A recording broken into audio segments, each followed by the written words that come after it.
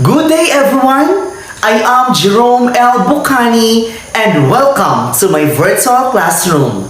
Before we start with our discussion, let me introduce first to you a scenario that is related to our topic to be discussed.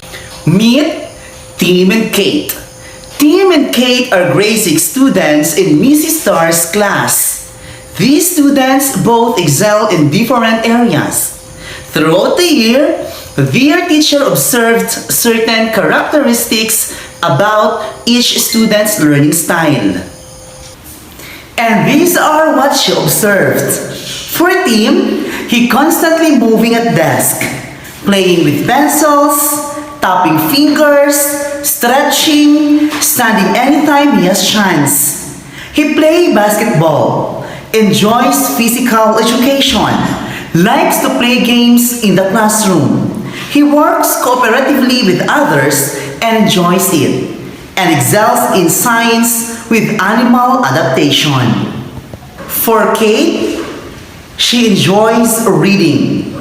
She reads independently when finished early, actively participates in reading class, excels on vocabulary tests and writing assignments, works well independently, sings in the choir, enjoys music class, and likes to incorporate songs and rhymes.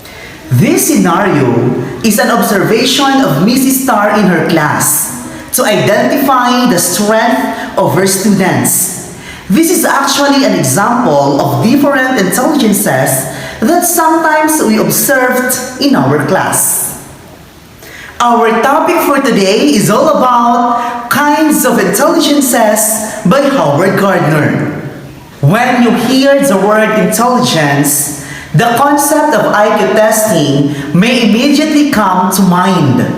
Intelligence is often defined as our intellectual potential, something we are born with, something that we can measure, and a capacity that is difficult to change. In recent years, however, other views of intelligence have emerged.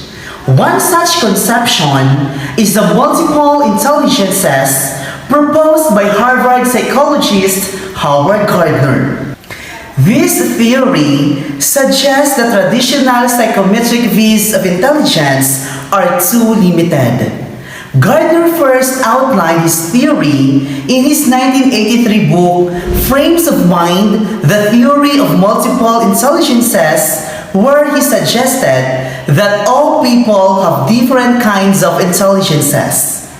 Gardner proposed that there are 8 intelligences and has suggested the possible addition of a 9th known as existentialist intelligence. In order to capture the full range of abilities and talents that people possess, Gardner theorizes that people do not have just an intellectual capacity, but have many kinds of intelligence, including musical, interpersonal, spatial visual, and linguistic intelligences. While a person might be particularly strong in a specific area, such as musical intelligence, he or she most likely possesses a range of abilities.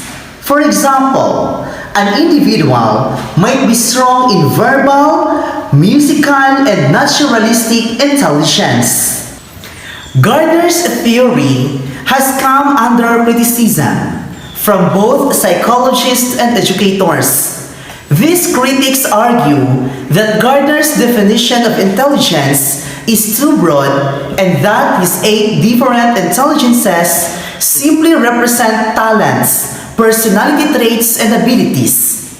Gardner's theory also suffers from a lack of empirical research. Despite this, the theory of multiple intelligences enjoys considerable popularity with educators. Many teachers utilize multiple intelligence in their teaching philosophies and work to integrate Gardner's theory into the classroom. Learning more about the multiple intelligences can help us understand our own strength And if you still aren't sure which type describes you best, join me and listen comprehensively as I discuss the kinds of multiple intelligences. Here are the types of multiple intelligences: logical mathematical, visual-spatial, Body-Kinesthetic, musical intelligence, linguistic, interpersonal, intrapersonal, and naturalist. First, we have logical mathematical. People who are strong in logical mathematical intelligence are good at reasoning, recognizing patterns, and logically analyzing problems. These individuals tend to think conceptually about numbers, relationships, and patterns. Their strengths are analyzing problems and mathematical operation. The characteristics are have excellent problem-solving skills, enjoy thinking about abstract ideas, like conducting scientific experiments, and can solve complex computations. The potential career choices are scientist, mathematician, computer programmer, engineer, and accountant. Second is the visual-spatial intelligence. People who are strong in visual-spatial intelligence are good at visualizing things. These individuals are often good with directions as well as maps, charts, videos, and pictures. The strengths are visual and spatial judgment. The characteristics are read and write for enjoyment, are good at putting puzzles together, interpret pictures, graphs, and charts well, enjoy drawing, painting, and the visual arts, and also recognize patterns easily. The potential career choices are architect, artist, and engineer. Third is the Body-Kinesthetic. Those who have high Body-Kinesthetic intelligence are said to be good at body movement, performing actions, and physical control. People who are strong in this area tend to have excellent hand-eye coordination and dexterity. Their strengths are physical movement and motor control. The characteristics are skilled at dancing in sports, enjoy creating things with his or her hands, have excellent physical coordination, and remember by doing rather than hearing or seeing. The potential career choices are dancer, builder, sculptor, and actor. Musical intelligence. People who have strong musical intelligence are good at thinking in patterns, rhythms, and sounds. They have a strong appreciation for music and are often good at musical composition and performance. Their strengths are rhythm and music. The characteristics are enjoy singing and playing musical instruments, recognize musical patterns and tones easily, remember songs and melodies, and have a rich understanding of musical structure, rhythm, and notes. The potential career choices are musician, composer, singer, music teacher, and conductor. Linguistic verbal intelligence. People who are strong in linguistic verbal intelligence are able to use words well, both when writing and speaking. These individuals are typically very good at writing stories, memorizing information, and reading. Their strengths are words, language, and writing. The characteristics are remember written and spoken information, enjoy reading and writing, debate or give persuasive speeches, are able to explain things well, and use humor when telling stories. Potential career choices are writer, journalist, lawyer, and teacher. Interpersonal.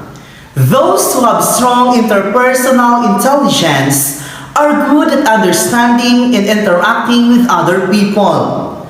These individuals are skilled at assessing the emotions, motivations, desires, and intentions of those around them. Their strengths are understanding and relating to other people. The characteristics are communicate well verbally, are skilled at nonverbal communication, see situations from different perspectives, create positive relationships with others, and resolve conflicts in group settings. Potential career choices are psychologist, philosopher, counselor, salesperson, and politician. Intrapersonal.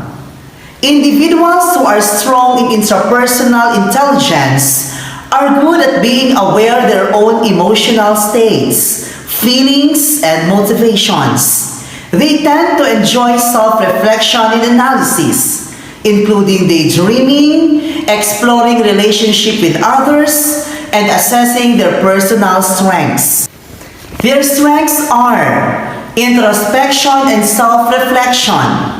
The characteristics are analyze their strengths and weaknesses well, enjoy analyzing theories and ideas, have excellent self-awareness, understand the basis of his or her own motivations and feelings.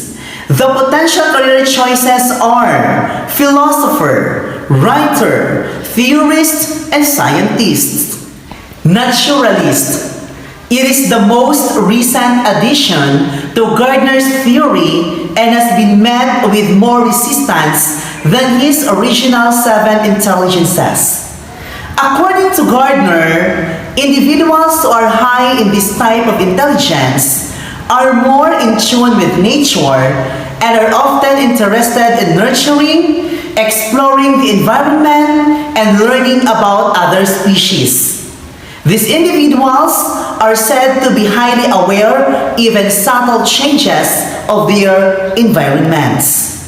Their strengths are finding patterns and relationships to nature.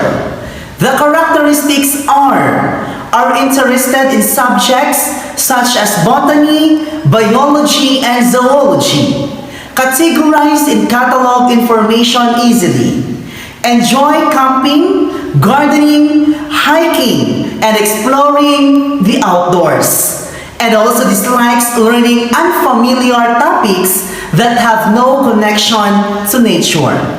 The potential career choices are biologist, conservationist, gardener, and farmer. Gardner also suggests that there may other candidate intelligences such as spiritual intelligence, existential intelligence, and moral intelligence, but does not believe this meet his original inclusion criteria. He writes that we may all have these intelligences, but our profile of this intelligence may differ individually based in genetics and experience.